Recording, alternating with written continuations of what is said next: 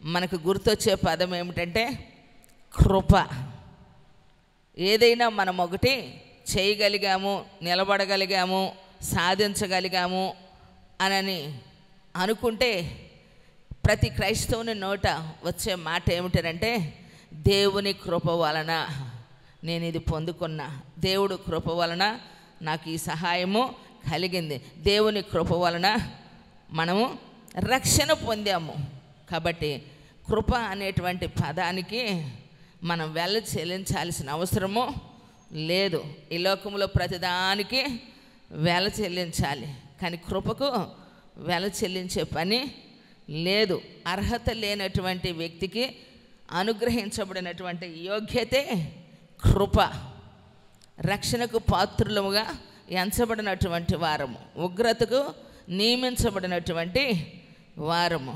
కాబట్టి అలాంటి పరిస్థితుల మధ్య, శాపగ్రస్తమైన అనుభవాల మధ్య, పితృపారపర్యమైన ఆచారాల్లో మరి అనుసరిస్తూ ఉన్నటువంటి అనుభవాల మధ్య మనము బాధించబడుతూ ఉన్నప్పుడు ఆ బాధ నుంచి, ఆ వేదన నుంచి, ఆ దుఃఖము నుంచి, అటు శ్రమ నుంచి దేవుడు మనల్ని విడిపించటానికి, ఏ బంధకముల చేత అయితే బంధించబడి విడుదల లేకున్నామో, ఏ బంధకాల చేత కట్టబడి విడుదల లేకుండా ఉన్నామో, ఆ బంధకములలో నుంచి, పాపపు బంధకములలో నుంచి, అవిధేయత కట్లలో నుంచి దేవుడు మనల్ని ఏం చేస్తూ ఉన్నారు? విడిపించి ఉచితమైన ఆయన కృపకు పాత్రులుగా ఎంచి ఆయన రక్షణ చేత మనల్ని అలంకరించారు. చప్పట్లు కొట్టి దేవుణ్ణి గణపరుద్దామండి. ప్రైజ్ ది లార్డ్, హల్లెలూయా. నా ప్రియ సహోదరి సహోదరులారా, దేవుని వాక్యాన్ని మనము ధ్యానం చేసేటప్పుడు, ఒక పాట పాడేటప్పుడు, ఒక కృతజ్ఞతగా సాక్ష్యము చెప్పేటప్పుడు, యేసయ్యను గూర్చి ఇతరులకు మనము ప్రకటన చేసేటప్పుడు మనం వాడే పదం ఏమిటంటే దేవుని కృప లేకపోతే ఈరోజు నేను ఇలా బ్రతికేదానిని కాదండి, దేవుని కృప లేకపోతే నేను ఇలా ఉండేదానిని కాదండి అని చెప్పి పలు విధాలుగా ప్రతి సందర్భానికి దేవుని కృపను మనము తలంచుకుంటాం. ఎందుకంటే మన అనుభవాలు మనకు తెలుసు, మన పరిస్థితులు మనకు తెలుసు, మనం ఏమిటో మనకు బాగా తెలుసు. కానీ ఈరోజు మనము బ్రతుకున్నామంటే, ఏదైనా చేయగలుగుతూ ఉన్నామంటే, ఇంకా మనము సంతోషిస్తూ ఉన్నామనంటే అది మన గొప్పతనము కాదండి, మన బలము కాదు, మన శక్తి కాదు, మన తెలివి అంతకంటే కాదు. నేనేమై ఉన్నానో అది నా దేవుని కృప అయి ఉన్నా. కొట్టు చబలి గట్టిగా ప్రైజ్ ది లార్డ్, హల్లెలూయా. ఎందుకంటే ఒకప్పుడు మన పరిస్థితులు వేరు, ఇప్పుడు మన పరిస్థితులు వేరు. దేవుడు ఆశీర్వాదకరంగా మార్చిన ప్రతి సందర్భాన్ని బట్టి దేవుణ్ణి మనము ఘనపరచాలి, మరి ఎక్కువగా దేవుణ్ణి స్తుతించాలి. ప్రియులారా, ఎంతగా దేవుణ్ణి ఘనపరుస్తూ, ఎంతగా దేవుణ్ణి స్తుతిస్తూ, ఎంతగా దేవుని గురించిన ధ్యానము మనము చేస్తామో అంతగా ఆయన కృపలో మనము ఎదుగుతూ ఉంటాం. కృప అనే పదం ఒక్కటే కానీ ఆ కృప వలన అనుగ్రహించబడినటువంటి ఆశీర్వాదాలు అనేకములుగా ఉన్నాయి. ప్రతి మనిషికి కూడా ఒక్కొక్కరికి ఒక్కొక్కటి ఏదేది అవసరమై ఉన్నదో అది దేవుడు తన కృప ద్వారా ప్రతి వానికి కావలసినటువంటి సామర్థ్యాన్ని దేవుడు ఏం చేస్తూ ఉన్నాడు? అనుగ్రహిస్తూ ఉన్నాడు. ప్రియులారా, కాబట్టి ఈ కృపను మనము వ్యర్థపరుచుకోకూడదని ఆనాడు దైవజనుడు మనకి చాలా ఖండిగా తెలియచేస్తూ ఉన్నాడు. ఎందుకంటే బైబిల్ లేఖనాలు ఒక మాట సెలవిస్తూ ఉన్నాయి. కొరింథీయులకు రాసినటువంటి 2వ పత్రిక 6వ అధ్యాయము 1వ వచనం, కాగా మనం ఆయన తోడి పనివారమై మీరు పొందిన దేవుని కృపను వ్యర్థము చేసుకొనవద్దని మిమ్మల్ని వేడుకొనుచున్నాను. అనుకూల సమయమందు నీ మొర ఆలకించి తిని, రక్షణ దినమందు నిన్ను ఆదుకొంటుని అని ఆయన చెప్పుచున్నాడు కదా. ఇదిగో ఇప్పుడే మిక్కిలి అనుకూల సమయము, ఇదిగో ఇదే రక్షణ దినము. చప్పట్లు కొట్టి దేవుణ్ణి స్తుతిద్దామా? మంచిది. ఏమండి? కాగా మేము ఆయన తోడి పనివారమై మీరు పొందిన దేవుని కృపను వ్యర్థము చేసుకొనవద్దని మిమ్మను వేడుకొనుచున్నాము.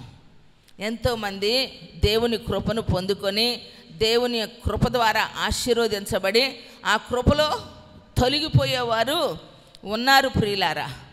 ఎందుకంటే ఒకప్పుడు మనం ఏ విధంగా బయటపడాలో, ఎలా మనం ఆశీర్వదించబడాలో, ఎక్కడికి వెళితే మనకు క్షేమం కలిగిద్దో, ఎక్కడికి వెళితే మనకు ఆరోగ్యం కలిగిద్దో, ఎక్కడికి వెళితే మన కార్యాలు జరుగుతాయో తెలియనప్పుడు అయోమయమైన గందరగోళమైన పరిస్థితుల మధ్య తడబడుచు ఉన్నటువంటి మన పరిస్థితుల్లో దేవుని సన్నిధికి వచ్చినప్పుడు దేవుడు మనల్ని ఏం చేస్తూ ఉన్నాడు? మన హృదయాలను నెమ్మలపరుస్తూ ఉన్నాడు. ఏమండి, మనము దేవుని సన్నిధిలో నిలబడగలిగే దానికి శక్తిని ఇస్తూ ఉన్నాడు. ఆయన వాక్యము చేత మనము ధైర్యపరచబడుతూ ఉన్నాం. మరి మొట్టమొదట దేవుని సన్నిధిలో మనము ఏ విధమైనటువంటి ఆసక్తిని కృపను కలిగిన వారిగా ఆయన సన్నిధిలో మనం ఉన్నాము. మరి దేవుని చేత ఆశీర్వదించబడిన తర్వాత ఈరోజు మన అనుభవాలు ఎలా ఉన్నాయి? దేవుని కృపను వ్యర్థపరుచుకోకుండా కృపతోనే ఆగిపోతారా? కృప ద్వారా మనకు అనుగ్రహించబడిన ఆశీర్వాదాన్ని బట్టి కృప వెంబడి కృప, చెప్పండి, కృప వెంబడి కృపలోనే నిలుచుంటారా? కృప వెంబడి కృపను పొందుకోవాలి. మహిమ నుంచి అధిక మహిమకు వెళ్ళాలి. కాబట్టి మహిమాన్వితుడైన దేవుని యొక్క శక్తిని మనము అనుభవించాలి. ఆయన సంపూర్ణమైన కృపకు మనము, ఆయన సంపూర్ణతకు మనము మహిమ గల వానిగా చేర్చబడాలి అని అంటే నీవు నేను మనమందరం కూడా ఉన్నతమైన ఇక్కడి నుంచి ఏమండి మన ప్రయాణము మనము పరలోకం వరకు కొనసాగించాలి అంటే ఆయన ఆగమనములో ఆయనతో పాటు మనము నడవగలగాలి, ప్రయాణము చేయాలి. ఆయన వెళ్ళిన ప్రతి చోటుకు మనము వెళ్ళాలి, ఆయనతోటి వారసులముగా మనము ఉండాలి అనంటే దేవుని సన్నిధిలో ఆ మహిమలో మనం ప్రవేశించేంత వరకు దేవుడు మనకు అనుగ్రహించిన కృప మహిమైశ్వర్యము ఎట్టిదో గ్రహించిన మనము దాన్ని పోగొట్టుకోకూడదు. ఏమండి, మనకు మనముగా కలిగిన వాటి వలన కొన్నిసార్లు మన జీవితాలను వ్యర్థపరుచుకుంటూ ఉంటాం. మనకు మనముగా సాధించిన వాటి వలన మనము వాటిని పాడు చేసుకుంటాం. అయితే దేవుని వలన మనకు అనుగ్రహించబడిన ఈ కృపను మనము ఆస్వాదించుకోవాలి. ఈరోజు తెలివి లేని వాళ్ళంటే చచ్చిపోతున్నారు. మరి తెలివి కలిగిన వాళ్ళు ఎందుకు చచ్చిపోతున్నారు చెప్పండి? డబ్బు లేని వాళ్ళు చచ్చిపోతున్నారు. మరి డబ్బు ఉన్న వాళ్ళు కూడా ఆత్మహత్యలు చేసుకుంటున్నారు. ఒక్కసారి మీరు ఆలోచించండి. వాళ్ళకి ఏం లేక కొండ మీద కోతైనా దిగొచ్చిద్ది అంటారు.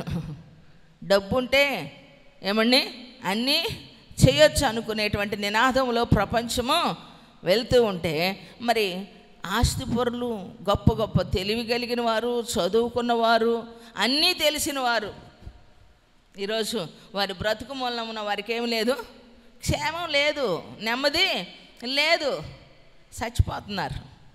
కోట్ల రూపాయలు సంపాదించిన జీవితంలో ఒక్కరిగానే మిగిలిపోయే వాళ్ళు చాలామంది ఉన్నారు. ఒక మంచి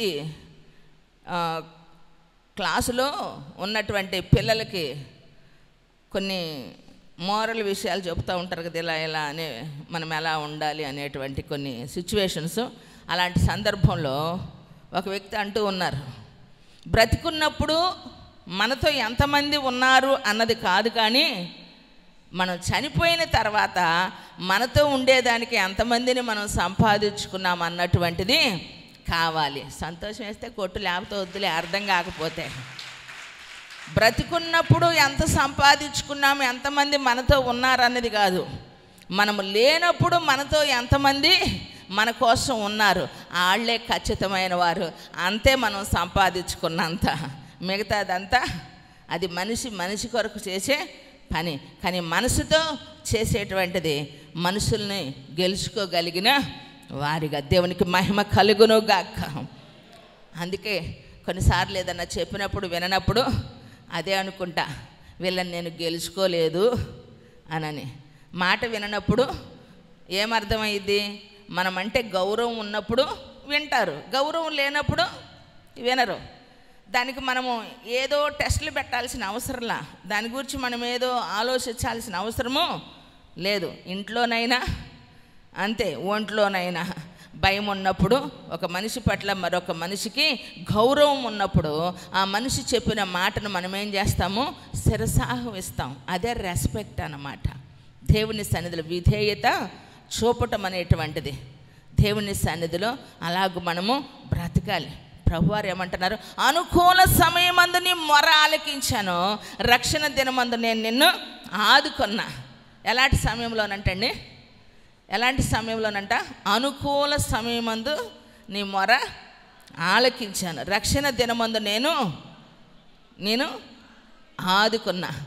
ఈరోజు అవసరానికి ఉపయోగపడేటువంటి స్నేహితులు కావాలి, అవసరానికి మనకు ఉపయోగపడే బంధువులు కావాలి, అవసరానికి ఉపయోగపడే మన ప్రేమించే వ్యక్తులు కావాలి. ఈరోజు నాకు ఇది అవసరము అని అంటే ఉండరా నేను వస్తాను అని తెచ్చి ఇచ్చే ప్రేమ కావాలి. ఏదో మనకు మనముగా వన్ సైడ్ లవ్ ఎంతవరకు అండి? ఎంతవరకు పోయింది చెప్పండి? ఈరోజు మన అవసరతలో మనల్ని ఆదుకునేవాళ్ళు, మన అవసరానికి ఇచ్చేవాళ్ళు కావాలి దేవుని సన్నిధిలో. అందుకే మనము ఆయననే ఏం చేయాలి? ప్రకటన చేయాలి, ఆయనను గూర్చి ఘనపరచాలి, ఆయనను మనము స్తుతించేవారిగా ఉండాలి. ఎక్కడో విషయం ఎందుకు, ఎగ్జాంపుల్ చెప్తా. మా ఊరోడు ఉన్నాడు అనమాట, రాజేష్.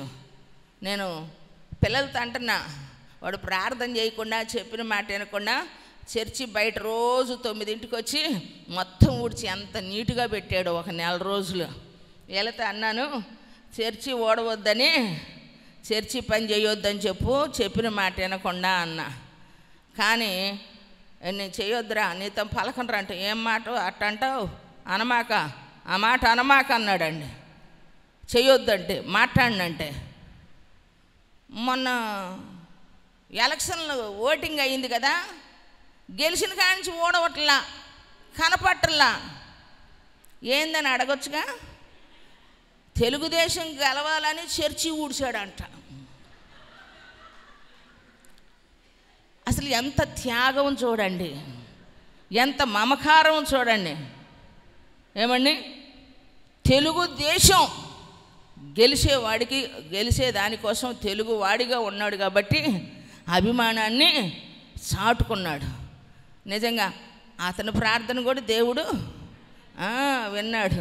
అయితే అదే ప్రార్థన తన జీవితానికి ఆశీర్వాదాన్ని కలుగు చేసేదానికోసం ఉపయోగించుకుంటే ఎంత బాగుంటుందండి చెప్పండి. చంద్రబాబు గారు గేటు దగ్గరికి వెళ్ళి నిలబడే ఉందా? మా ఊరు ప్రెసిడెంట్ దగ్గర కంటే వెళ్ళగలుగుతాడు, ప్రెసిడెంట్ మనుషులు కాబట్టి. ఏమండి? మరి అక్కడికి వెళ్తాడా?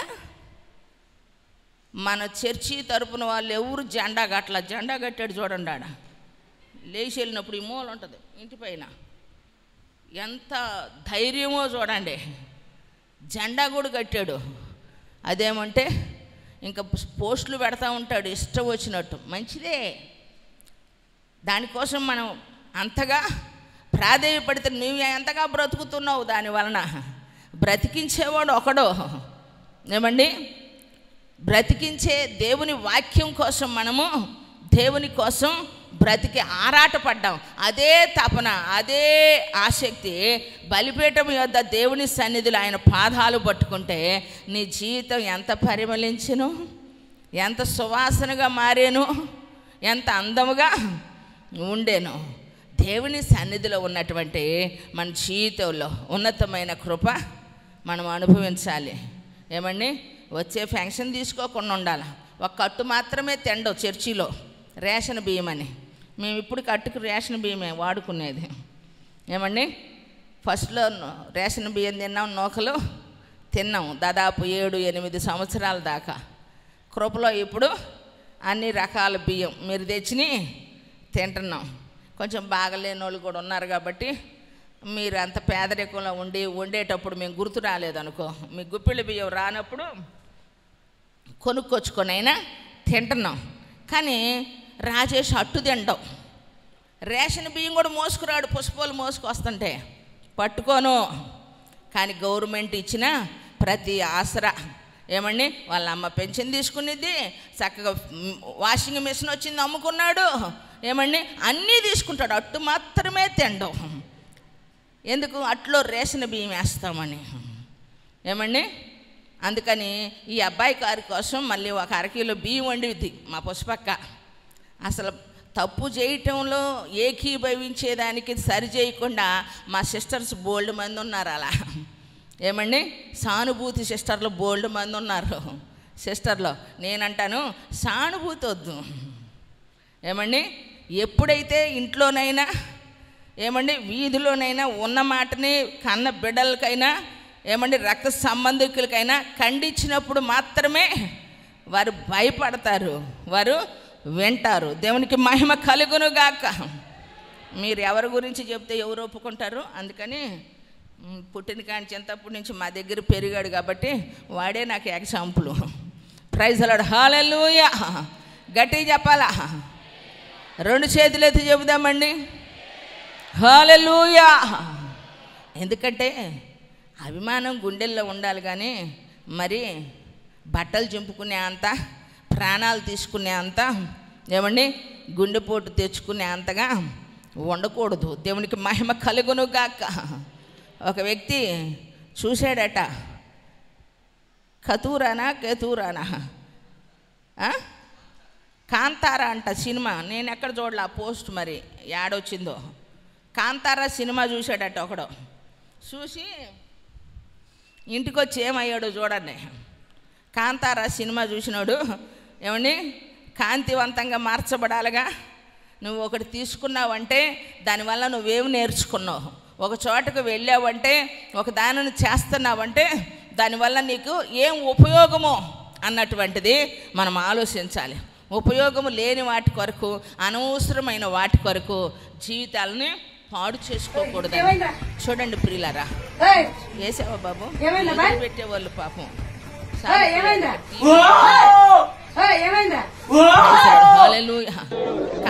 సినిమా చూసి ఏమైందిరా నీకున్నట్టుండి అంటే తత్తరపోతుందామా, బెత్తరపోతుంది, కంగారు పడిపోతుంది. కారణం కాంతారా సినిమా ప్రభావం. కానీ ప్రార్థనకు వచ్చి, సండే స్కూల్కి వచ్చి, యూత్ మీటింగ్కి వచ్చి, స్త్రీల కూడికి వచ్చి ఎవరన్నా అలా అవుతారా? అలా అవుతారండి? తిరగబడతారా? ఎగబడతారా? అంత ప్రమాదపు స్థితిలోనికి వెళ్తారా? వెళ్ళరు. బుద్ధిగా బ్రతుకుతారు. భక్తి చేసి ఏం చేస్తారు? ఆశీర్వదించబడతారు. ఉన్న అలవాట్లు మానుకుంటారు, చేసే శాస్త్రాలు విడిచిపెడతారు. చప్పట్లు కొట్టి దేవుణ్ణి స్తుతిద్దామా? Praise the Lord. హల్లెలూయా. ఎందుకంటే జీవిత విలువ చాలా గొప్పది, సమయం విలువ కూడా చాలా గొప్పది. మన జీవితంలో గడిచిపోతే మరలా తిరిగి రావండి, మరలా రావు. చిన్నప్పుడు ఎప్పుడు పెద్ద అవుదామా అనుకుంటాం, పెద్ద అయిన తర్వాత ఎప్పుడు బాధ్యతలు తీసుకుందామా అనుకుంటాం, బాధ్యతలు తీసుకున్న తర్వాత అవి ఎప్పుడు నెరవేర్చాలి అనుకుంటాం, నెరవేర్చబడిన తర్వాత ఇక సాలించుకో అంటారు. ఎవరు? కన్నవాళ్ళు. ఏమండి ఏమంటారు? ఇక సాల్లే, ఎన్నాళ్ళు కష్టపడ్డావని మనకు రెస్ట్ ఇస్తారు. కానీ రెస్ట్ ఉంటుందండి? మనసుకు రెస్ట్ ఉందా? జీవితంలో శరీరానికి రెస్ట్ ఉందా? చెప్పండి. లేదు. ఒకటే రెస్ట్ మనకి, బ్రతికినంతకాలం రెస్ట్లెస్సే. కానీ ఎక్కడ రెస్ట్ అంటే రెస్ట్ ఇన్ పీస్ అని పెడతారు చూడండి. చచ్చిపోయినప్పుడు, చచ్చిపోయి దేవుని సన్నిధిలోనికి ఎవరైతే భక్తి కలిగిన వారిగా కృపలో రక్షణను కాపాడుకొని వారు ఉంటారో వారు మాత్రం ఆయనతో ప్రశాంతంగా ఉంటారు. చప్పట్లు కొట్టి దేవుణ్ణి స్తుతిద్దామా? Praise the Lord. హల్లెలూయా. దేవుని సన్నిధిలో ప్రియులారా ఉన్నతమైన కృపకు మనల్ని పాత్రులుగా ఎంచాడండి. ఎవరి దగ్గరికి వెళ్తే మనం అర్థిస్తే ఎవరు మనకిస్తారు చెప్పండి? దేవుని దగ్గరికి వెళ్తే మనకు కావలసినంత దేవుడు మనకి ఇస్తాడు. మన పిల్లల భవిష్యత్తు కావాలా? ఇందాక చెల్లెమ్మ సాక్ష్యం చెప్పారు కదా, ఎంత డబ్బులు? లక్షల రూపాయలు కట్టాలి, లక్షణంగా బిడ్డ అనుకున్న చదువులు చదవాలి అని అంటే మరి ఎక్కడి నుంచి వస్తాయి? సామర్థ్యము లేదు, పరిస్థితులు లేవు. మరి ఆశ అయితే ఉంది. మరి ఎవరు తీరుస్తారు? నిన్ను అడిగితే ఏమంటారు? అంత పెద్ద కాలేజీలు అవసరమా, అంత పెద్ద చదువులు అవసరమా, అడుక్కొని ఇల్లు అబద్ధాలు ఆడి వాళ్ళ దగ్గర తీసుకొని ఇసుకిచ్చి మీరు చదివించుకోవాలా? అందరికి ఆశలు ఉంటాయి, ఉన్నదానిలో ముడుచుకోవాలి అంటారు. మరి ఆశ ఉంది, మనిషి అని అడిగితే ఆ మాట అంటారు. కానీ మరి దేవుణ్ణి అడిగితే ఏం జరుగుతుంది? కాలేజీ వాళ్ళే వచ్చి మేము చదివిస్తామమ్మా, అందరికట్టే అంత కూడా అవసరం లేదు, 10,000 కట్టుకో చాలు అన్నారంట. కొట్టొచ్చుగా, మీకు మేలు జరగలేదనా? ఎంత గొప్ప దేవుడు మనం ఆరాధిస్తూ ఉన్నా యేసయ్య. ఒకసారి ఆలోచన చేయండి ప్రియులారా. ఎందుకంటే ఉన్నతమైనటువంటి దేవుని శక్తిని మనము ఆశ్రయించాలి. అన్నిటికీ మనం చూస్తూ ఉంటాం ఫర్ సేల్ అని, ఏదైనా కొనుక్కునేదానికి ఆఫర్లు పెడతా ఉంటారు. అయితే ఒక దేశంలో కూడా ఆఫర్ పెట్టారట, బల్గేరియా అనేటువంటి దేశంలో ఆఫర్ పెట్టారంట ఫర్ సేల్. ఏమని పెట్టారంటండి? 100కి 2 ఏంటి ఇదేమైనా కోటి మార్కెట్ అనుకుంటున్నారా? ఇది పెళ్లి కూతుర్లని ఫర్ సేల్ అని పెట్టారంట. మార్కెట్. అవును, మీరు విన్నది నిజమే. ఇక్కడ అమ్మాయిలని పెళ్లి కూతుర్లు లాగా రెడీ చేసి సంతలో పండ్లలాగా తెగ బేరం చేస్తూ అమ్మేస్తారు. మరి అమ్మే వాళ్ళు ఎవరో కాదు, స్వయంగా అమ్మాయిల తల్లిదండ్రులు. ఏంటి వినగానే ఎగిరిపోయాయా? ప్రతి ఒక్కరూ ఉన్నవాళ్ళు తన స్థాయికి తగినట్టుగా పెళ్లి చేసుకుంటున్నారు. లేని వాళ్ళు కూడా ఎంతో కొంత అప్పు చేసైనా ఘనంగా చేసుకోవాలి. ఈరోజు పోటీతత్వంతోనే కదండి మనుషులు ప్రయాణిస్తూ ఉంది. వీడు ఒక ఇల్లు కట్టారంటే నేను 2 ఇళ్ళు కట్టాలి, వీడు ఒక ఫ్లాట్ కొన్నాడంటే నేను 2 ఫ్లాట్లు కొనాలి, వీళ్ళు 2 ఫ్లాట్లు తాడేశారంటే నేను చంద్రహారము వేయాలి, ఏం పొట్టు చీర కట్టిందంటే ఒప్పాడా కట్టాలి. నేను అనుకుంటాను, మనుషుల్లో లేకపోయినా ఉంటే పోటీపడు, చదువులో పోటీపడు, మంచి ర్యాంకర్గా ఉండేదానికి, ఏమండి సంపాదించుకునే దానికి కోసం పోటీ పడతాను, మంచిదే. అయితే నేనంటాను, దానితో పాటు భక్తిలో కూడా పోటీపడు, విశ్వాసమును కలిగి ఉండేదానికి ప్రార్థన చేసే వీరులుగా, ఏమండి శూరులుగా, దేవుని శూర కార్యాలు మనం అనుభవించేదానికి పోటీపడు. అప్పుడు బాగుంటుంది. ప్రార్థనకు వచ్చేమో నేలేస్తారు మొహాలు, ఏమండి కానీ లోకంలోనేమో ఆరాటపడిపోతూ ఉంటారు. మరి ఏం చేస్తారు? పేద పిల్లల కన్నా తల్లిదండ్రుల పరిస్థితి ఏంటి చెప్పండి? పేద తల్లిదండ్రులు పిల్లల్ని కట్నాలు ఇచ్చి పెళ్ళిళ్ళు చేయలేకపోతున్నారు. ఎంతో కొంత సంపాదించుకున్న వారు ఉన్నోళ్ళతో ఏమండి వాళ్ళు ఒరిజినల్ కట్టినా వీళ్ళు ఇమిటేషన్ కట్టినట్టుగా ఎలాగలా కొంచెం సాగిపోతుంది. మరి అసలు ఏమీ లేని వారి సంగతి ఏంటి? అయితే ఆ దేశంలో ఆ ప్రాంతంలో పిల్లల్ని ఒక జాతరలోకి తీసుకొస్తారంట, సంతలోకి. అందరు రెడీ అయ్యి అదే సంతలోకి అదే కమ్యూనిటీకి సంబంధించిన వాళ్ళు అయితేనేనట మరలా అడ్రస్ తీసుకొని పోయారు. పిల్లలు బాగుండారు వీడియోలో. నేను మాకండ్రా బాబు, నేను చేస్తాను మీ అందరికీ పెళ్ళిళ్ళు, అసలే 20 పెళ్ళిళ్ళు చేయాలి సంవత్సరంలో నేను టార్గెట్ పెట్టాను. ఇప్పటికి ఒక 7 అయినట్టున్నాయి, 13 చేస్తానురా బాబు, మా చేతి మీదగా దేవునికి మహిమ కలుగును గాక. అందుకని వాళ్ళు చెప్పారు, అక్కడ కమ్యూనిటీకి సంబంధించిన వాళ్ళు అయితేనే పిల్ల తల్లిదండ్రులు, పిల్లోడు తల్లిదండ్రులు కూడా వెళతారంట. పిల్లలు నచ్చినప్పుడు చక్కగా మాట్లాడుకొని ఎదురు డబ్బులు ఇచ్చి, అక్కడ ఉన్నటువంటి కల్చర్ ఏంటంటే అమ్మాయిని ఇష్టపడ్డప్పుడు అమ్మాయి ఫ్యామిలీ కూడా చూసుకుంటారనేటువంటి సాంప్రదాయం అక్కడ ఉంది. కాబట్టి వారు సంతోషంగా మాట్లాడుకొని ఇరు కుటుంబాలకు నచ్చితేనే అబ్బాయికి అమ్మాయి, అమ్మాయికి అబ్బాయి నచ్చాలి. అయితే అలా తెగించి వెళ్ళటానికి కారణం ఏంటంటే ఆడపిల్లలు వారి భవిష్యత్తు మరి ఆశీర్వాదంగా ఉండాలి అని అంటే తల్లిదండ్రులు తప్పక పిల్లల్ని బజారులోకి తీసుకొస్తున్నారు. అదే దేశంలో మరలా గొప్పవారు అలా రోడ్ల మీదకి రాకుండా ఎవరి స్థాయికి తగిన వాళ్ళని వాళ్ళు చేసుకుంటారంట ప్రియులారా. ఎందుకంటే ఇప్పుడు కల్చర్ చూడండి, అదే మన భారతదేశానికి వస్తే ఎంత భయంకరంగా ఉంటుందని చెప్తూ ఉన్నారు. ఎందుకంటే కొంత కట్టుబాటు పద్ధతులు ఉంది. ప్రస్తుతానికి మన దేశానికి మాత్రము కొంత మేరకు అటు ఇటు చూడటంలా చూస్తే ఇంకా ఎంత ఘోరంగా మార్చబడిద్దో. ప్రభువారు చెప్పారు కదా, ప్రభు వచ్చు దినాల్లో ఎలా ఉంటుందంటండి, ఎలా ఉంటాయంట, రోజులు లోతు దినాల వలె ఉంటాయంట. నేను చెప్పినటువంటి ఈ ఊర్లో 13 సంవత్సరాలకే అప్పటి నుంచే స్టార్ట్ చేస్తారంట వారికి వివాహము చేసేదానికి. లోతు దినాల్లో కూడా అదే పరిస్థితి, నోహు దినాల్లో కూడా అదే పరిస్థితి.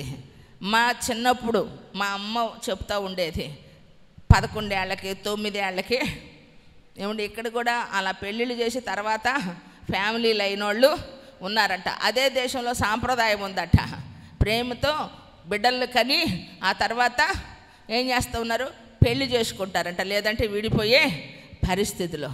కాబట్టి అలాంటి కల్చర్ మన దేశానికి రాకుండా ఉండును గాక. ప్రైజ్ ది లార్డ్, హల్లెలూయా.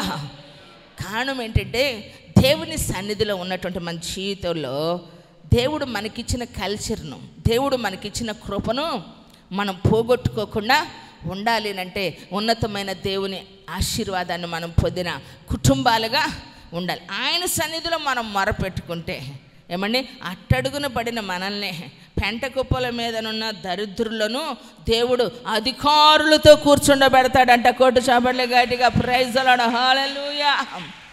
ఎక్కడ ఉన్నటువంటి వారినట్టండి చూడండి, అంటే ఇక అసహించబడిన, వెలివేయబడిన, తీసివేయబడిన, ఇక పనికి రారు అనుకున్నటువంటి వారిని దేవుడు ఏం చేస్తాడంటే పనికొస్తారు అనేటట్లు దేవుడు చేస్తాడు. అంతటి శక్తిమంతుడైన దేవుని దగ్గరకు మనము వచ్చాం. కొన్నిసార్లు నువ్వు అనుకుంటావు, నా పని అయిపోయింది, ఇక నా పిల్లల్ని నేనేమి వాళ్ళని తీర్చిదిద్దలేను, వాళ్ళ బాధ్యతలు నేను నెరవేర్చలేను, వాళ్ళు నా మాట వినరు, ఎవరిష్టం వారిదే, ఇక ఏం చేయలేను అనుకుంటున్నావు నువ్వు. అది నీకున్న బలహీనత. నువ్వేం చేయలేను అనుకుంటే ఏది చేయలేవు. కానీ నా దేవునితో నేను ఏదైనా కలిసి చేయగలుగుతా, నా దేవునితో కలిసి నేను ఏదైనా సాధిస్తా, నా దేవుని సహాయము వలన నేను పోరాడతానన్నప్పుడు నీ పరిస్థితుల మధ్య ఒకవేళ నువ్వు వ్యాపారంలో నష్టపోయి ఉండొచ్చు, ఆర్థికంగా నువ్వు కుప్పగూలిపోయిన స్థితిలో ఉండొచ్చు, అనారోగ్య పరిస్థితుల్లో నువ్వు లేవలేని స్థితిలో ఉండొచ్చు, మానసికంగా నువ్వు కృంగిపోయిన పరిస్థితుల మధ్య ఉండి ఏది చేసినా కలిసి రాకపోవచ్చు. ఏమండి, ఏది చేసినా ఎటు పోయినా నీకు ఎదురవుతున్న పరిస్థితుల మధ్య నా దేవుడు నీకు తారసపడితే ఆయన సహాయం వలన నీవు విజయాన్ని సాధిస్తావు. అద్భుతమైన దేవుని కృపను నువ్వు అనుభవిస్తావు. నమ్మితే చపట్లు కొట్టి దేవుడిని స్తుతిద్దామా. ప్రైజ్ ది లార్డ్, హల్లెలూయా.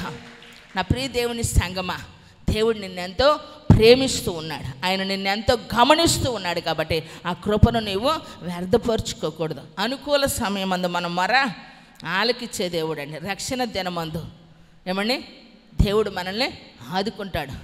ఏదైతే మనకు అవసరమో అది మనకు అనుగ్రహించబడటం గొప్ప విషయం కదా. అందుకే బైబిల్ సెలవిస్తూ ఉంది. కొరింథీయులకు రాసిన 2వ పత్రిక 12వ అధ్యాయము 9వ వచనంలో చూడండి. అందుకు నా కృప నీకు చాలును, బలహీనత యందు నా శక్తి పరిపూర్ణమగుచున్నదని ఆయన నాతో చెప్పెను. కాగా క్రీస్తు శక్తి నా మీద నిలిచి ఉండు నిమిత్తము విశేషముగా నా బలహీనతలు ఏందే నేను బహు సంతోషముగా అతిశయపడుదును. చప్పట్లు కొట్టి దేవుణ్ణి స్తుతిద్దామా. ఒక్కసారి మీ పక్క వాళ్ళ ముఖం చూసుకోండి. ఎప్పుడో నువ్వు అని ఉంటావు, దేవుడు ఉంటే నాకు ఎందుకు ఈ బాధలు, ఈ కష్టాలు, ఈ ఇబ్బందులు అని ఉంటావు. ఈ పిల్లల మాట వింటల్లా, ఇంట్లో మనిషికి అర్థం కావట్లా. మనిషి అంటే అది ఆడ మనిషి కావచ్చు, మగ మనిషి కావచ్చు, అర్థం కావట్లా. ఇంట్లో వాళ్ళకి కావచ్చు, ఈదిలో వాళ్ళకి కూడా అర్థం కావు కొన్నిసార్లు. నేనంటాను అసలు ఎవరికి అర్థం కావు, నువ్వెవరికి అర్థం కావు. కానీ ఎవరికి అర్థమైనా అర్థం కాకపోయినా నిన్ను అర్థం చేసుకునేవాడు, అర్థం చేసుకోగలిగిన ఆయనకు అర్థమయ్యేటట్లు నువ్వు బ్రతికితే నీ జీవితం ఆశీర్వాదమే. కొట్టు చాపట్ల గట్టిగా ప్రైజ్ ది లార్డ్, హల్లెలూయా. కానీ అంటూ ఉంటావు, నేను అసలు యూజ్లెస్, జనం అంటారు కొన్నిసార్లు, నేను యూజ్లెస్, పనికి మాలినోడా, పనికి మాలినదాని. పెద్దోళ్ళు తిడతారు, పిల్లల్ని తిడతారు. పెద్దోళ్ళని తిడతంటే కదా పిల్లలు నేర్చుకునేది. వాళ్ళకి ఎక్కడ తెలుస్తాయి ఆ మాటలు? ఏమండి, పెద్దోళ్ళు ఏదో అనుకుంటే పిల్లలు అదే అనుకుంటూ ఉంటారు. కానీ పౌలు గారు దేవుడు తనకిచ్చినటువంటి ప్రత్యక్షతలట విశేషములట అండి. అత్యధికమైనటువంటి ఆయన ప్రత్యక్షత, దేవుని యొక్క శక్తిని అనుభవించాడండి. దేవుని దర్శనాన్ని చూసినవాడు, దేవుణ్ణి ధిక్కరించినవాడు, దేవుని మహిమను పొందుకొనివాడు. కానీ అతని శరీరంలో ఒక ముళ్ళు ఉందట. అది సాతాను దూతగా దేవుడే ఏమంటే తన శరీరంలో ఉంచాడట. ఎందుకొరకు నేను చెప్పను, అక్కడ ఉంది చూడు. ఏమండి 7వ వచనం, నాకు కలిగిన ప్రత్యక్షతను బహు విశేషముగా ఉన్నందున నేను అత్యధికముగా హెచ్చిపోకుండా నిమిత్తము నా శరీరంలో ఒక ముళ్ళు, నేను అత్యధికముగా హెచ్చిపోకుండా నిమిత్తము నన్ను నలగగొట్టుటకు సాతాను యొక్క దూతగా. ఇప్పుడేమంటారు అమ్మో? ఇప్పుడేమంటారు చెప్పండి? ఈరోజు ప్రజెంట్ నీ ఉన్నటువంటి కష్టాన్ని బట్టి నువ్వు ఎదుటి వాళ్ళతో చెప్తావే నేను ఒక యూజ్లెస్ అని. నువ్వు యూజ్లెస్ కాదు, యేసయ్యలో లేనప్పుడు యూజ్లెస్సే. కానీ ఇప్పుడు నువ్వు ఒక ఏమండి యూజ్ఫుల్ అన్నమాట, ఉపయోగకరమైన వ్యక్తివి అంతే. దేవుడు ప్రతి పర్సన్ని, ప్రతి ఒక్క వ్యక్తిని దేవుడు ఆయన ఉద్దేశపూర్వకంగా ఆయన ఆకర్షించి ఆయన ప్రణాళిక చొప్పున ఆయన రక్షణ కలుగు చేశాడు. ఎందుకు? ఆయన మేలు అనుభవించటానికి. విశేషమైనటువంటి దర్శనమును కలిగిన వాడుగా ఉన్న తను హెచ్చిపోకుండా నిమిత్తమంట, హెచ్చించుకోకుండా, గర్విష్టిగా ఉండకుండా. కొన్నిసార్లు ఒక్కొక్కరు బిహేవియర్ చూడండి. ఏమండి, వేసుకోవటానికి చెప్పులు ఉండవు, ఒకసారి వేసుకోవటానికి బట్టలు ఉండవు, కొన్నిసార్లు ఏది చేయటానికి సామర్థ్యం ఉండదు. కానీ దేవుడు ప్రేమించి ఆ మనిషికి అన్ని విధాల సదుపాయాన్ని కలుగు చేస్తే కాస్తంత డెవలప్, ఇంప్రూవ్మెంట్ అనేది కాస్త ₹1 సంపాదించుకుంటే భూమి మీద నడవరాళ్ళు, కాలు నిలబడదు. ఉంది ₹1,00,000 అయితే 10 లక్షలు ఉన్నట్టు బిహేవియర్. ఏమండి, ఏం బిల్డప్ ఇస్తారు కొంతమంది. అరే వీడి కళ్ళేందిరా నెత్తికొచ్చినాయో అంటారు. కారణం ఏంటంటే ఎన్ని ఇరుచుకొని నడుస్తారు. ఏమండి, ఎన్ని ఇరుచుకొని నడుస్తూ ఉంటారు. ఎవరిని లెక్క చేయరు, ఎవరితో మాట్లాడరు. మనం ఎక్కడి నుంచి వచ్చామండి? ఎక్కడి నుంచి వచ్చాం మనం? తల్లి కడుపులో నుంచే. అందరూ వచ్చింది అలానే, అందరూ పుట్టింది కూడా అలానే. దేవుడు పుట్టిస్తే బ్రతికిన వాళ్ళం, దేవుడు ఆశీర్వదిస్తే ఆశీర్వదించబడిన వాళ్ళం. మరలా మన పక్కన పేదోడు ఉంటే తట్టుకో. నీకున్న మంచి లక్షణాలు నీ పక్కోడికి ఉండకపోవచ్చు, నీకున్న మంచి బుద్ధి నీ పక్క వాళ్ళకి ఉండకపోవచ్చు, నీకున్న ఆలోచనలు నీ పక్కన వాళ్ళకి ఉండకపోవచ్చు. కానీ మరి వారిని మనం గమనించుకోవాలా, వారిని మనం ప్రేమించాలా, వారిని మనం సహించాలా, వారిని మనము ఏమండి ఓర్చుకోగలిగినటువంటి వారిగా దేవుని సన్నిధిలో ఉండాలి. కానీ మనిషి ఈరోజు కాస్త డెవలప్ అయితే చాలు గర్వించి తన కింద వారిని మర్చిపోతాం, తనకంటే తక్కువ వారిని మర్చిపోతాం. ఎప్పుడు నువ్వేం చేయాలి తెలుసా? అలా పరిస్థితులు ఎదురైనప్పుడు మనం గుర్తు చేసుకొని అలాంటి వారిని ప్రేమించాలి. కొట్టు చాపట్ల గట్టిగా ప్రైజ్ ది లార్డ్, హల్లెలూయా. నేను అదే చెప్తాను పిల్లలకి. నీకంటూ ఏమీ లేనప్పుడు, ఒకరి నీ అవసరత తీర్చినప్పుడు, నువ్వు నిలబడగలిగినప్పుడు, ఎదుటి వారి అవసరతలో ఎవరైతే ఉంటారో వారి అవసరత తీర్చటమే భక్తి. ఏంది మరి థియాలజీలు చదవటం కాదు. చర్చీలకి వెళ్ళి ఎక్కడ ప్రసంగాలంటే ఊరికి ఈ ప్రసంగం ఆ ప్రసంగం రాత్రులంతా పగలంతా వింటే నీకు భక్తి మీద శ్రద్ధ ఎక్కువై కొంతమంది ఏమిన్నా వింటారు వాక్యాలు. ఈయనటువంటి వాక్యాన్ని ఎక్కడ మీటింగుల కంటే అక్కడికి డబ్బు కూడా లెక్క చేయకుండా పరుగులు తీస్తారు. మంచిదే. ఆ పరుగులు తీసిన దానికి ఆ భక్తికి ఉన్న అర్థం నీకు హెల్పింగ్ నేచర్, ఎదుటివాన్ని సహోదర ప్రేమతో ప్రేమించగలిగిన స్వభావం, నీకంటే తక్కువ వారిని అర్థం చేసుకోగలిగిన ఆ స్వభావం నేర్చుకోవాలి. ఎంత వాక్యం విన్నాము, ఎన్ని ప్రసంగాలు వింటే జీవితం అంతా వినటం సరిపోయిద్ది, అనుసరించటం ఉండదు. ఏమండి, మాట మారాలా, నడక మారాలా, ప్రవర్తన మారాలి, ఆలోచనలు మారాలి.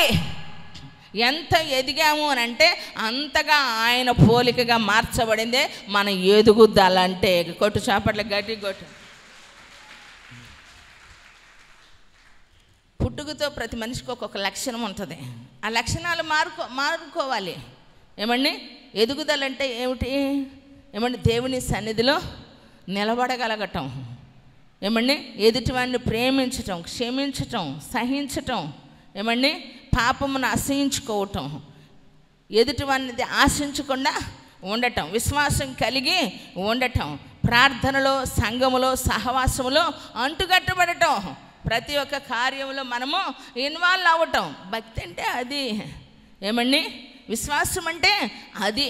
అందుకని ఇతను కలిగిన ప్రత్యక్షతలు అధికముగా ఉన్నవి కనుక హెచ్చిపోకుండా నిమిత్తమంట సాతాను దూతగా తన శరీరంలో ఒక ముళ్ళుని ఉంచాడంట. ప్రియులారా, ఈరోజు కొన్నిసార్లు నీ భర్త నీకు ముళ్ళుగానే ఉండొచ్చు, నీ పిల్లలు నీకు ముళ్ళుగా ఉండొచ్చు, నీ భార్య నీకు ముళ్ళుగా ఉండొచ్చు, నీకున్నటువంటి పరిస్థితులు నీకు ముళ్ళుగా ఉండొచ్చు. కొన్నిసార్లు నువ్వు చదివే కాలేజీలో నువ్వు ఎంత చదివినా, ఎంత మంచిగా ఉన్నా నిన్ను వ్యతిరేకించే వాళ్ళు, విమర్శించే వాళ్ళు ఉంటారు. నువ్వు ఎంత కష్టపడుతున్నా, ఏమండి, అన్యాయంగా సంపాదించేటువంటి వారు నిన్ను కూడా అన్యాయంగానే బ్రతుకుతున్నావని వ్యవహరించవచ్చు. అయినా నువ్వు అర్థం చేసుకోవాల్సింది ఏంటంటే, వీరిని దేవుడు నా కొరకు ఏం చేశాడు, నేను హెచ్చించుకోకుండా ఉండునట్లుగా దేవుడు నాకు ముళ్ళుని ఉంచాడు. పౌలు గారు ప్రసంగం చేస్తుంటే రాత్రింబగళ్ళు తినేవాళ్ళట. ఏమండి, అంత అభిషేకం మనకి లేదు. ఏమండి, ఆయన ప్రసంగం చేస్తూ ఉంటారు రాత్రింబగళ్ళు. కాకపోతే ఎప్పుడో ఒకరు, అది నిద్రావస్థ టైం కాబట్టి నిద్రపోయాడట. ఐతుకు అనేవాడు అటు ఇటు కాకుండా కూర్చున్నాడట. ఎందుకు? ఇటు పౌలు గారు ప్రసంగం వినాలంట, పోయే వచ్చే వాళ్ళని చూడాలట. ఎవరిని చూడాలా? కిటికీలో కూర్చుంటే రెండు కనపడతాయి కదా, ఇటు కనపడిద్ది, అటు కనపడిద్ది, అటు చూడొచ్చు, ఇటు చూడొచ్చు అని. ఆ నిద్ర టైం కాబట్టి నిద్రపోయి కిటికీ మీద నుంచి జారిపడి చచ్చిపోయాడు. కృపలో ఆనాడు పౌలు గారు ఉండారు, ఆ అభిషేకం ఉంది కాబట్టి ఐదుగుకి ప్రార్థన చేయగానే సచ్చినోడు బ్రతికి మరలా వచ్చి కూర్చున్నాడు అంట. కొట్టు గట్టి కొట్టు. ప్రైజ్ ది లార్డ్, హల్లెలూయా. ఏమండి, ఈరోజు చచ్చిపోయిన వాళ్ళు, బ్రతికిన వాళ్ళు కూడా చాలామంది సావునకు సిద్ధమైన వాళ్ళు బ్రతికారండి. ఆత్మలో చచ్చిపోయి శరీరానుసారంగా బ్రతికే వాళ్ళు ఎంతోమంది వచ్చి ఈరోజు వాక్యము చేత జీవితాలను చక్కగా దేవునితో కూడా బ్రతికినటువంటి అనుభవాలు కలిగి మార్చుకున్న వారు ఉన్నారు ప్రియులారా. అయితే పౌలు గారే అడిగారంట, నాకెందుకయ్యా ఈ ముళ్ళు అని. కొందరు అంటారు భార్య అంటారు, కొంతమంది రోమా చట్ట ప్రకారం అతడు పేరు నమోదు చేయబడాలంటే వివాహం అయిన వారికే కాబట్టి పెళ్ళయింది అంటారు.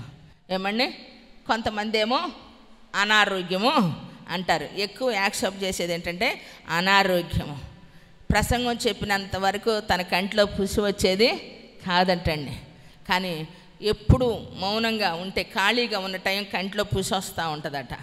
అది భరించలేక చెప్తూనే ఉండేవాడట వాక్యం. తనకున్న బలహీనత తనకి గుర్తు రాకుండా ఉండేదానికి. అందుకని ఎన్నో కార్యాలు జరుగుతూ ఉన్నాయి. ఆయన చేతి కర్చీపులు తీసుకొని వ్యాధిగ్రస్తుల వారికి తగిలితేనే బాగుపడ్డారు ప్రియులారా.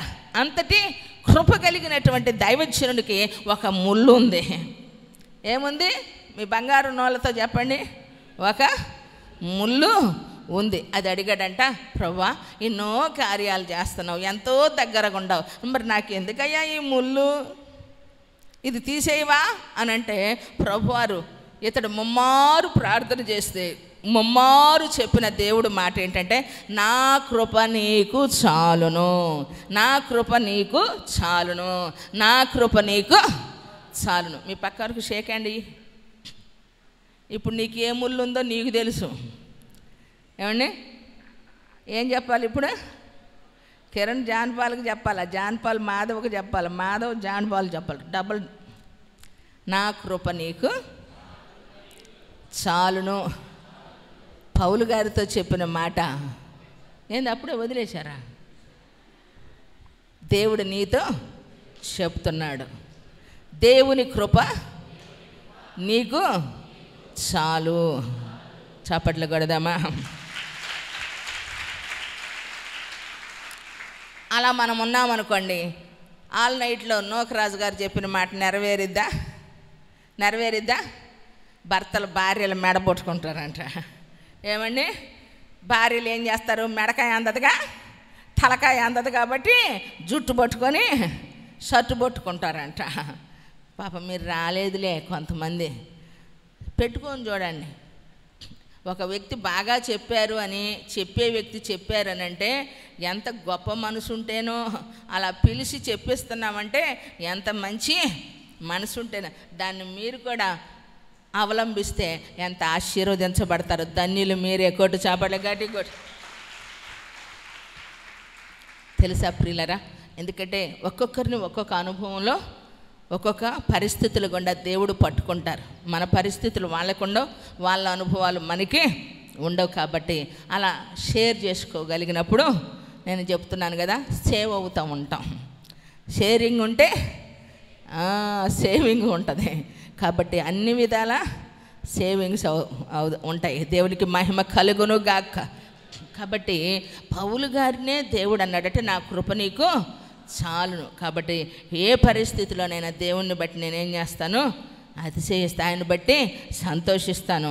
ఆయన ద్వారా నేను ఏమంటున్నాడు? 9 బలహీనతల యందు నా శక్తి పరిపూర్ణం చేయబడింది. అబ్బాయిలు చెల్లెమ్మలు వినండి, ఏమంటున్నారు? మన బలహీనతల యందు దేవుని శక్తి పరిపూర్ణమైద్దంట. మనకు ఎదురు లేదు అనుకుంటే ఎవరిని లెక్క చేయం. ఎదురు లేదు అనుకుంటే ఎవరిని లెక్క చేయం. ఎప్పుడైతే మనలో కొంత బలహీనత చోటు చేసుకునిద్దో, ఈ బలహీనతను బట్టి ఏం చేస్తాము? దావీదు మహారాజు అంటారు కదా, సింహాసనం మీద ఉన్నవాడైనా అంటాడు, ఏమండి, నేను త్రోవ శ్రమ కలుగక మునుపు నేను త్రోవ విడిచి తిని, ఇప్పుడు శ్రమ కలిగి ఉండుట నాకు మేలాయను, నీ ఆజ్ఞలను అనుసరించుటకు. కొట్టు చప్పట్లే గట్టిగా. జీవితంలో వెనుతిరిగి చూసుకునేదానికి ఒక అవకాశం అండి. లోపం మనం జయించలేనటువంటిది, మన కళ్ళ ఎదుట సహించలేనటువంటిది మన జీవితంలో చోటు చేసుకున్నప్పుడు, దేవుని సన్నిధిలో మనము ఆయన ఆశ్రయించినప్పుడు ప్రియులారా, అది దేవుడు నిర్ణయించాడు. నీకు ఎలాంటి భర్తనిచ్చినా, ఎలాంటి పిల్లల్నిచ్చినా, ఎలాంటి భార్యనిచ్చినా, ఎలాంటి ఇబ్బందులు నీకు ఎదురైనా, ఇది నాకు దేవుడిచ్చిన కృప. దేవుడిచ్చిన భార్య, దేవుడిచ్చిన భర్త, దేవుడిచ్చిన పిల్లలు. ఎటు ఇడిగా అనలేరు. కొంతమంది అంటారు, నేను చెప్పేటప్పుడన్నా అనండి అవును అవును అని. ఏమండి, ఎందుకంటే వాస్తవమే. అనుకున్నట్టుగా జరిగేది కొంతమందికేనండి, అనుకోకుండా జరిగినవే అందరిలో ఉంటాయి సహజంగా. కానీ అంతా బాగుంటే దేవుడు మాట వింటామా? అంతా బాగున్నప్పుడు ఏం చేశారు? ఏమండి, రండి ఆకాశమునకు అంటున్నంతగా మనం ఒక గోపురాన్ని కట్టుకుందామని, భాష ఒక్కటే, జనము ఒక్కటే, ఏమండి, అందరూ ఒకే తాత్పర్యంతో ఆకాశానికి అంటే గోపురాన్ని కట్టేదానికట దేవుని కుమారులట మనుషులు కట్టేటువంటి గోపురాన్ని చూడటానికి వచ్చి దేవుడు అన్నాడట, వీళ్ళు కనుక ఇది కడితే దేవుణ్ణి ఏమండి నా మాట వినరు అని చెప్పి అప్పుడు ఏం చేశాడంటండి? తారుమారు చేశాడంట. ఏ గోపురాన్ని? బాబేలు గోపురాన్ని తారుమారు చేశాడంట. అది కనుక సక్సెస్ అయి ఉంటే దేవుని మాట వినేవాళ్ళు కాదు. కాబట్టి అప్పుడు భాషలు మారిపోయినాయి. ఏమండి, భాషలు మారిపోయినాయి. ఇంకా ఇటుకిస్తుంటే ఇంగ్లీష్ వినపడుతుంది, వాళ్ళకి హిందీ వినపడుతుంది, వాళ్ళకి ఏమండి తమిళం. అరే బాబని అప్పుడు ఏ భాష వచ్చిన వాళ్ళు ఆ భాష గ్రూపులు అయ్యంట, ఏ పని చేసుకునే వాళ్ళు ఆ పనులు డివైడ్ అయ్యి, కంసాలు పనిచేసేవాళ్ళు కంసాలు, శాఖలు పనిచేసేవాళ్ళు శాఖలు, కొమ్మరు పనిచేసేవాళ్ళు కొమ్మరు, ఏమండి మట్టి పని చేసేవాళ్ళు మట్టి, ఏమండి వ్యవసాయం చేసేవాళ్ళు రైతు.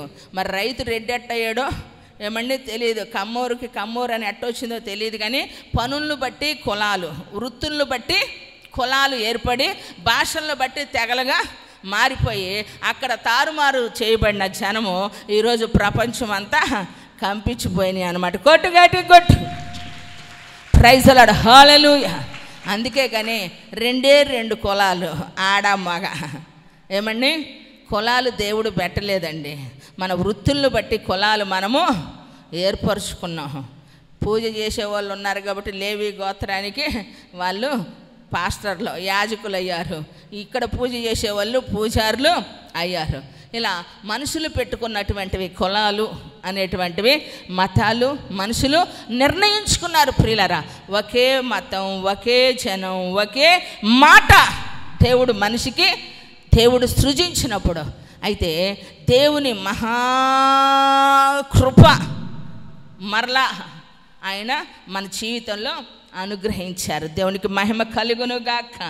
కాబట్టి మనకు అనుగ్రహించబడినటువంటిది ముళ్ళు ఏదైతే ఉందో అది దేవుని చిత్తముగా ఎంచుకుంటే మనము హెచ్చిపోకుండా ఉంటాం. అంటే దేవుడు ముళ్ళు పెడతాడా అని కాదు. ఇశ్రాయేలీలు కూడా ఒక తరం దేవుణ్ణి అనుసరించేవారు, మరొక తరం ఏం చేసేవాళ్ళు, దేవుణ్ణి అనుసరించడానికట దుఃఖపడేవాళ్ళట, దేవుణ్ణి స్తుతించేదానికి.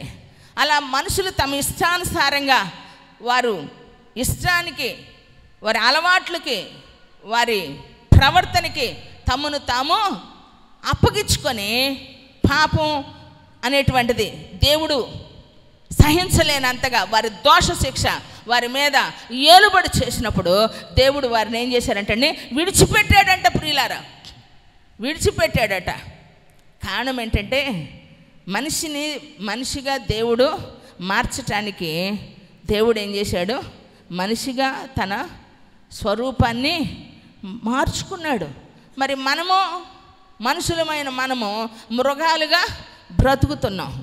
ఏమని, మనుషులు వట్టి పశుపాయులు వంటి వారు అని ఇర్మియా అంటాడు. కారణం ఏంటంటే మనకు కొన్ని లిమిట్స్ ఉన్నాయి.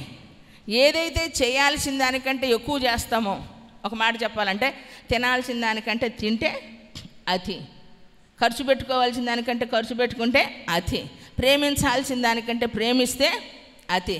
అదే ఆదరణకర్త బ్రాండ్ అన్నమాట. ఏమండి, ఏంటంటే అతి ఎక్కువ అన్నమాట ఆదరణకర్తకి. అందుకే అనార్థాలు అవుతూ ఉంటాం. లేదంటే ఇదేందండి గుంటూరుని దున్నేవాళ్ళం, అక్కడక్కడ కాదు మన పేరు, అంతటా మోగిపోయేది అతి. ఏమండి, ప్రేమను దాచుకోవటం ఉప్పొంగటమే తెలుసు, దాచుకోవటం తెలియదు అన్నమాట. లిమిట్స్ ఉంటాయి. ఒక ఆమెను కుక్కని పెంచిందంట. కుక్కని పెంచి కుక్కని అది కొంచెం ఎంతవరకు పెంచుకోవాలో పెంచుకోండి అమ్మా. 1,00,000 రూపాయలు 10 లక్షలు పెట్టుకునే వాళ్ళు ఉండరు. ఏంది మంచిది. 3,000 ఎకరాలలో 30,000 ఎకరాలు ఏమండి కుక్క నాకడం కారణంగా ఈ మహిళ తన 2 కాళ్ళు చేతులను పోగొట్టుకోవాల్సి వచ్చింది. అవును ఫ్రెండ్స్, యాక్చువల్లీ మ్యారీ పేరు గల ఈ మహిళ కాలుకి చిన్న గాయం అవుతుంది. అప్పుడు తన పెంపుడు కుక్క తనని ప్రేమతో నాకడం స్టార్ట్ చేస్తుంది. అప్పుడు అనుకోకుండా ఆ కుక్క గాయాన్ని కూడా నాకుతుంది. దానితో 4 రోజుల తర్వాత మ్యారీ కొరకు జంతువులను పోషించేదాని కొరకు ఏనుగులు పాలిట దేవుడు అంట. అంబానీ కొడుకు మంచిదమ్మా, కాదనట్ల, ఎవరి హోదాకు తగ్గట్టు పెంచుకోండి. పెంచుకుంటాం ఎంతవరకు అంటే కొంతవరకే. కొంతమంది చిలుకలను పెంచుకుంటారు, పావురాలను పెంచుకుంటారు, కొంతమంది కుక్కలను పెంచుకుంటారు, కుందేళ్ళని పెంచుకుంటారు.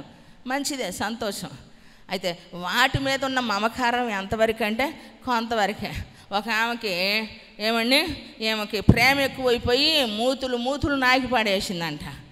మనుషులు సొల్లే పడట్లా ఇయ్యాల. పిల్లల్నే ముద్దు పెట్టుకోలేక కానీ ఆడ పెంచేదానికి బేబీ కేర్లో పెడుతున్నారు. ఏం కుక్కను మాత్రం ఒకటే అత్తుకుంటుందంట. ఉన్నట్టుండి కాస్త ఏమండి అంత దెబ్బ తగిలిందంట. ఏ ఫాస్ట్గా స్పీడ్ బ్రేకర్ తగిలిందో ఏమైంది, ఈ కుక్కను ముద్దు పెట్టుకొని దానిలో ఉన్న వైరస్ ఆ పుండు కాస్త ఇదయ్యి అది ఒంటి మొత్తానికి పాకిందంట. ఆఖరికి 2 కాళ్ళు చేతులు లేవు. ఏమండి, ఎంత ప్రేమో చూడండి. మనమే మనుషులమే ప్రేమించుకోలేకపోతున్నాం.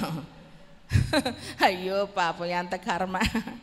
ఏమండి, మనుషులు నచ్చిన వాళ్ళు కనపడితే ఏమి నవ్వినా నవ్వుతాం, ఏం పలకరించినా పలకరిస్తాం, ఏం ముచ్చటేసినా ముచ్చటేస్తాం. నచ్చని వాళ్ళు వస్తే ఎదురున్నా కూడా కనపడరు మీకు. అందుకే లోకంలో ఒక పెద్ద ఆయన చెప్పాడు అనమాట, అత్తింటోళ్ళు ఎవరు అమ్మింటోళ్ళు ఎవరు ఊరికి కనిపెట్టేయచ్చు అంట. అబ్బా ఏమండి, అమ్మింటోళ్ళు వస్తే చెప్పులు లోపల ఉంటాయంట, అత్తింటోళ్ళు వచ్చి ఒకవేళ మాద మరిచి లోపల ఇడిస్తే ఏమత్తయ్య గారు, మళ్ళీ అత్తయ్య గారు. రాజన్న చెప్పారు కదా, ఏమండి రాజమండ్రి సైడ్ భీమవరం సైడ్ వాళ్ళు బాగుంటుంది భాష అనుకుంటే అన్న చెప్పారు కదా, వాళ్ళేం క్లాసుకు తిట్టుకుంటారు, మనం మోసుకు తిట్టుకుంటామంట. ఏంది అండి అనేది తిడతారు ఏది తిట్టిన వాళ్ళు, మనమేమో మన తిట్లు డైరెక్ట్గా ఉంటాయి, వాళ్ళ తిట్లు ఇండైరెక్ట్గా ఉంటాయి. అటోళ్ళు మనల్ని ఇష్టపడతారు, మనమేమో అటోళ్ళని ఇష్టపడతాం. ప్రియులారా గమనించండి, దేవుని సన్నిధిలో ఉన్నటువంటి మన జీవితంలో ఏమండి ఒకవేళ వచ్చినా బయట వేస్తాం. నేనంటాను ఏమండి, చాటి మనిషిని ప్రేమించలేని మనము, సహోదర ప్రేమ లేని మనము, ప్రతి పరిస్థితిలో మనం కలిసి ఒకరి కష్ట సుఖములు యందు కలిసి బ్రతకలేకపోతే పరలోకంలో ఎలా ఉంటామండి? ఒకసారి మీ పక్క వాళ్ళ మొహం చూడు, అప్పుడప్పుడు నిజమే కదా అనొచ్చుగా. ఎట్టుంటాం? ఏడే కలవకపోతే అక్కడ కులం ఉందా, మతం ఉందమ్మా, వర్గం ఉందా, ఏంది ఉన్నాయమ్మా, పార్టీలు ఉన్నాయా? మనకు పార్టీ, నాకు మొన్నే అర్థమైంది మన ఆదరణకర్త చర్చిలు ఎన్ని పార్టీలు వాళ్ళు ఉండారని. అసలు బెత్తరపోయా ఏమండి, స్టేటస్లు చూసి ఇన్ని పార్టీలు ఉన్నాయా. నేను అనుకున్నా క్రైస్తవులు అంటే క్రైస్తవులను ఫాలో అవుతారు కావాలనుకున్నా. అరే బాబో, ఎవరు ఫాలోయింగ్ వాళ్ళకుందని నిదానంగా అర్థమైంది. మనుషులు మామూలు వాళ్ళు కాదు. మీకు వందనాలమ్మో. మా ఆనోకు స్టేటస్ చూస్తున్నా కాబట్టి చెప్తున్నా. వాడికి ఏం తెలుసు అండి, ఆ పవన్ కళ్యాణ్ ఏమన్నా ఇచ్చాడో లేదో తెలీదు. వాడంటే పైజమా లాల్చి వేసాడు, తెల్లారి వాడు పుట్టినరోజుకు పైజమా లాల్చి వేసి వచ్చాడు. ఈడేంద్ర డిఫరెంట్ స్టైల్లో వచ్చాడు అనుకున్నాను. ఆడు ఫ్రెండ్ కలిసి ఉంటారు, ఒకడు వైసీపీ, ఒకడు పవన్ కళ్యాణ్, ఒకడు తెలుగుదేశం. వాడేం చేశాడు, వైసీపీ కలర్ కేకు తెచ్చాడు. అమ్మాజీ గారు ఆడ కూర్చుంది, ఏంటి ఏం పేరురా నేను చెప్పాను, నాకు పుట్టినరోజా, ఉట్టిదే పవన్ కళ్యాణ్ కట్ చేసాడని కేకు తెచ్చుకుంటా. ఏమండి, ఆనందగాడిని పలకరించిందంట మన పిల్లోడు కదా అని. ఏంది ఆనందం ఇట్ట జరిగింది అనుకొని. అసలైతే ఉద్యోగంలో పెన్షన్ పడింది వాళ్ళకి లేటు, అయినా కాస్తంత ఉంటుంది కదా ఏమండి. కానీ ఏంది ఆనందం ఇట్ట జరిగిందంటే ఏమన్నాడంటారా, దేవుని చిత్తం జరగొద్దు అన్నాడంట. ఏమండి, దేవుని చిత్తం జరగొద్దు అన్నాడంట. ఏంటమ్మా ఆ రాజేష్ మరీను అర్రే అని అంటది. నేనంతే నవ్వుతున్నా. అరే పిల్లలు మళ్ళీ అందరు వీళ్ళు ఒకరు లేని ఒకరు బతకలేరు ఏమండి. కానీ దేవుడు గొప్పోడు కదా. కొట్టు చాపట్లు గట్టిగా హల్లెలూయా. ఏమండి, దేవుని సన్నిధిలో ఉన్నటువంటి మన జీవితాల్లో ఉన్నతమైన దేవుని కృపకు మనల్ని ఏం చేశాడు, పాత్రులుగా ఎంచాడు. ప్రియులారా, దేవుని యొక్క ఆశీర్వాదాన్ని మనము అనుభవించడానికి దేవుడు మనల్ని పిలిచినప్పుడు మనకి అనుగ్రహించబడినది ఏదైతే అనుమతించబడిందో, ఈరోజు నువ్వు ఏ పరిస్థితిలో ఉన్నావో ఆ పరిస్థితిని బట్టి నువ్వు స్తుతించు. నీ కృప నాకు చాలని దేవుడు నాకు అనుమతి ఇచ్చాడు ఈ పరిస్థితులని దేవుని గణపరచు. దేవుడు నిన్నేం చేస్తాడు, ఆశీర్వదిస్తాడు. ఎందుకంటే దేవుడు మనల్ని మనముగా బ్రతికేటట్టు చేశాడు. ప్రియులారా, దేవునికి మహిమ కలుగును గాక. Praise the Lord. Hallelujah, hallelujah. గారడి సీమోను ఉన్నాడు కదా, మనుషులనంట భ్రమపరుస్తూ సంపాదించుకుంటూ మహాశక్తి అని పేరుందంట అతనికి. దేవుని మహాశక్తి అని అతని గూర్చి విభ్రాంతి చెందారట, యూదులు అందరూ నమ్మారటండి. కానీ ఎప్పుడైతే ఫిలిప్పు దేవుని వాక్యాన్ని ప్రకటిస్తూ ఉన్నాడో, ఎవరి మీదనైతే చేతులు పెడుతూ ఉన్నాడో పరిశుద్ధాత్మ శక్తి వారి మీదకి దిగొస్తుందంట. అంతకుముందు ఎవరికి రాలేదట ప్రియులారా. కానీ ఎప్పుడైతే దేవుని సన్నిధిలో పేతురు యోహానులు దేవుని గురించి ప్రకటిస్తూ అనేక మంది మీద చేతులు పెట్టినప్పుడు దేవుని వరము వారికి వస్తూ ఉన్నప్పుడట, ఎంతైతే గారడీ చేసి దేవుని మహాశక్తి అని పిలువబడి ఎంతోమందికి విస్మయాన్ని కలుగు చేసినటువంటి గారడీ సీమోనట దైవజనుల దగ్గరికి వచ్చి ద్రవ్యాన్ని పెట్టి, మీరు నా కొరకు చేతులు పెట్టండి, నాకు కూడా అట్టి వరం కలగాలని. ద్రవ్యం ఇచ్చి దేవుని వరమును సంపాదించుకోవాలనుకుంటున్నావు, నీ హృదయం దేవుని ఎదుట సరైందిగా లేదు. నీలో ఉన్న దుష్టత్వం నుంచి విడిపించబడి మారు మనసు పొందు అన్నప్పుడు వెంటనే తన లోపాన్ని గుర్తెరిగాడంట ప్రియులారా. నిజమే, వాళ్ళల్లో ఉంది దేవుని శక్తి, నాలో ఉంది మాంత్రిక శక్తి. కాబట్టి మాంత్రిక శక్తి దేవుని ఎదుట నిలబడదు. ఇది మనిషి తను నేర్చుకొని చేసింది. నూకరాజు గారు చెప్పారు కదా, చిలక జ్యోతిష్యం ఎలా చెప్పాలో నేర్చుకున్నాడట, మనిషిని ఎలా కింద నుంచి పైకి చదవాలో నేర్చుకున్నాడట. ఆల్ నైట్లో ఉన్నది పెట్టుకోండి, మీకు కూడా అర్థమయ్యిద్ది. ఏమండి, అయితే మనలో చదవటం ఎవరు నేర్పించారు? దేవుడు నీతో మాట్లాడుతున్నాడు. కొట్టు చప్పట్ల గట్టిగా ప్రైజ్ అలాడు, హల్లెలూయా. అప్పుడు మారు మనసు పొందాడు ప్రియులారా. ఎందుకంటే మన మనసు మారి ఏమండి మార్చబడటమే దేవుని యొక్క శక్తిని మనం అనుభవించటం అండి. దేవుని కృపను మనం వ్యర్థపరుచుకోకూడదు ప్రియులారా. దేవుని లేఖనాలు సెలవిస్తూ ఉన్నాయి. 2 కొరింథీయులకు రాసిన పత్రిక 13వ అధ్యాయము ఏమండి చూద్దామా, 5వ వచనం. మీరు విశ్వాసము గలవారై ఉన్నారో లేదో మిమ్మును మీరే శోధించుకొని చూసుకొనిడి. ఉండొక్క నిమిషం. మిమ్మును మీరే పరీక్షించుకొనిడి. మీరు భ్రష్టులు కాని ఎడల యేసుక్రీస్తు మీలో ఉన్నాడని మిమ్మల్ని గురించి మీరే ఎరుగుదురు. కొట్టు చప్పట్ల గట్టిగా మళ్ళీ చదువుతాను చూడండి. మీరు విశ్వాసము గలవారై ఉన్నారో లేదో మిమ్మల్ని మీరే శోధించుకొని చూసుకొనుడి, మిమ్మల్ని మీరే పరీక్షించుకొనుడి. మీరు భ్రష్టులు కాని ఎడల యేసుక్రీస్తు మీలో ఉన్నాడు, మిమ్మల్ని గూర్చి మీరే ఎరుగరా. ఏమండి, ఎలా ఉండాలట? దేవుని కృపను మనం వ్యర్థపరుచుకోకుండా ఉండాలి, భ్రష్టులు కాకుండా ఉండాలి అంటే మనల్ని మనం పరీక్ష చేసుకోవాలి. ఏమండి, పరీక్ష చేసుకోవాలి. చదువేమా లేదా అన్నది తెలియాలంటే ఫైనల్ ఎగ్జామ్లో తెలిసిద్ది. సంపాదించుకున్న దానిలో లాభం వచ్చిందా లేదా అంటే మార్చిలో లెక్కలు చూసుకుంటే తెలిసిద్ది. మరి భక్తులంగా ఉన్నామా లేదా అని అంటే మన ప్రవర్తన చూసుకుంటే తెలిసిద్ది. కాబట్టి దేవుని సన్నిధిలో ఎవరికి వారే గుంపులుగా ఏమండి సమాజాలుగా కూడుకున్న కౌంటింగ్ రోజు ఎలక్షన్లప్పుడు ఏ పార్టీ గెలిచిందో తెలిసింది, మనుషులు ఎన్ని చెప్పుకున్నా. అయితే అలాగనే భక్తిలో ఉన్నామా, విశ్వాసంలో ఉన్నామా లేదా అనేటువంటి దాన్ని మీరే పరీక్షించుకొనుడి. ఏమండి, భ్రష్టులు కాకుండా చూసుకొనుడి. విశ్వాసంలో ఉన్నారో లేదో పరీక్షించుకొనుడి. హల్లెలూయా. ఎందుకంటే ఆ తరం వారు కూడా విసిగిపోయారట, భక్తి చేసి ప్రార్థన చేసి దేవుణ్ణి అనుసరించి.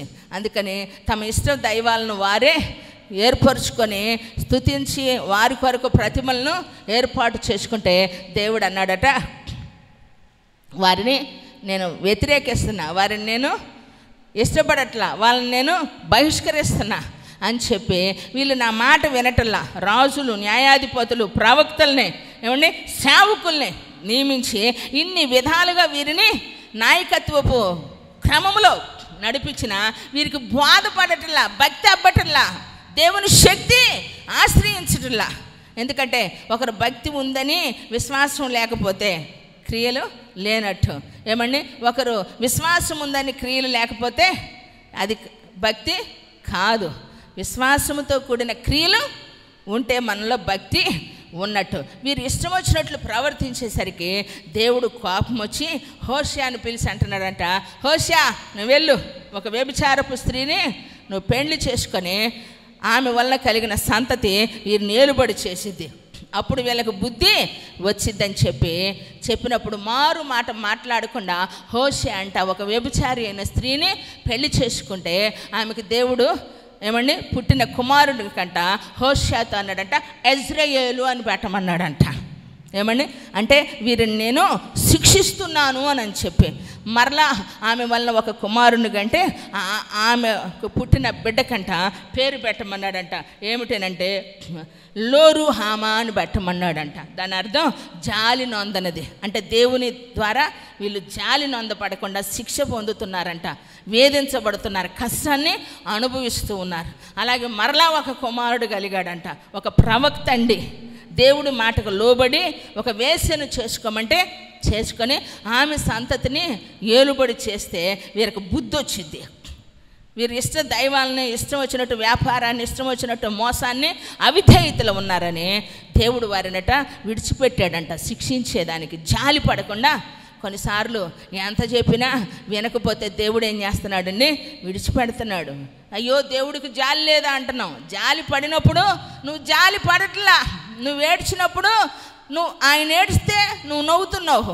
ఏమండి ఆయన నిన్ను పట్టించుకుంటే నువ్వు ముఖం తిప్పుకుంటున్నావు, ఎంత చెప్పినా లోబడట్లా. అందుకని ఏం చేశాడు మరొక కుమారుని కన్నప్పుడు ఏమండి లో అమ్మి అని పెట్టారంట. దాని అర్థం ఏంటంటే ఏమండి నా జనము కాదని. దేవుని ప్రజలమైన మనము, దేవుని కృపకు పొందిన మనము, ఆశీర్వదించబడిన మనము, ఆయన ద్వారా ఆయన కృపను అనుభవించిన మనమాట ఏమండి శిక్షకు వదిలిచ్చాడంట. నా జనం కాదని చెప్తున్నాడు, జాలి నొందనని చెప్తున్నాడు. కారణం ఇశ్రాయేలు మీరు నావారు అనేటట్లు చేస్తాడు దేవుడు. కొన్నిసార్లు దేవుడు ఎందుకు ఇడిచిపెడుతున్నాడంటే దాన్ని గ్రహించాలి. అందుకే మనం గ్రహించాలి. కఠినముగా ఆయన శిక్షించినా మరలా ఏం చేస్తాడట ఏమండి గొప్ప వాత్సల్యముతో సమకూరుస్తాడట. ఈ ప్రాణం మనలో ఉన్నంత వరకు మన ప్రవర్తన మార్పు కొరకు దేవుడు మనల్ని ఏం చేస్తాడు తెలుసా ఆశపడతాడు, ఎదురు చూస్తాడు, మార్పు కొరకు ఆశ చూస్తాడు. ఎప్పుడైతే ప్రజలు అరే మనం దేవుని మాట వినకుండా ఇష్టానుసారంగా ప్రవర్తించామని చెప్పి మరలా ఏం చేశారు తెలుసా, ఏదైతే దేవుడు అసహించుకున్నాడో, ఏ వ్యక్తి ద్వారా జనమును కనుటకు దేవుడు గోమోరునే చేసుకోమని చెప్పాడో, ఆమె మరలా లోకములో తన ఇష్టానికి నీచానికి తన శరీరాన్ని నమ్ముకొని వ్యాపారంగా తన జీవితాన్ని మార్చుకుంటే మరలా వారేం చేశారు తెలుసా, అమ్ముడు పోయేదానికి ఆమెను వేలం పాటేసేదానికి ఆ అధ్యాయం మొత్తంలో ఉంటుంది ప్రియులారా. అలా ఆయన మరలా హోషేయ కంటే నువ్వు వెళ్ళామని వెల ఇచ్చి తీసుకురా అంటాడు.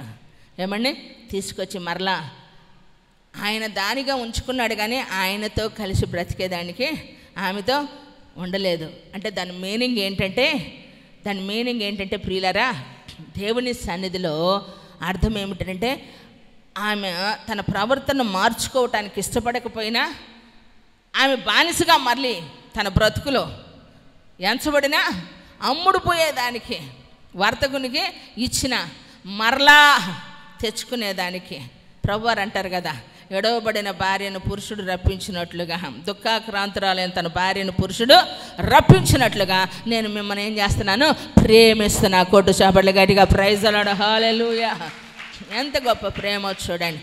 ఎందుకంటే ఆయన నిన్ను మరలా ఆయన నువ్వు ఇష్టపడితే, నువ్వు మార్చుకుంటే, నువ్వు వింటే, ఆ కృపలో నిలిచి ఉండటానికి నీ మనసు మారితే మరలా నిన్ను ఆయన జనముగా చేసుకుంటాడట, ఆయన బిడ్డగా చేసుకుంటాడు, ఆయన హక్కుదారులుగా ఉంటారు, ఆయన వారసులుగా ఉంటారు. నా ప్రియ దేవుని సంగమా, అందుకే దేవుని కృపను మీరు వ్యర్థపరుచుకోవద్దని దేవుడు బ్రతిమాలి ఆయన తోడి పనివారముగా మేము మీకేం చేస్తున్నాము బ్రతిమాలుచున్నామని దేవుని లేఖనాలు సెలవిస్తున్నాయండి.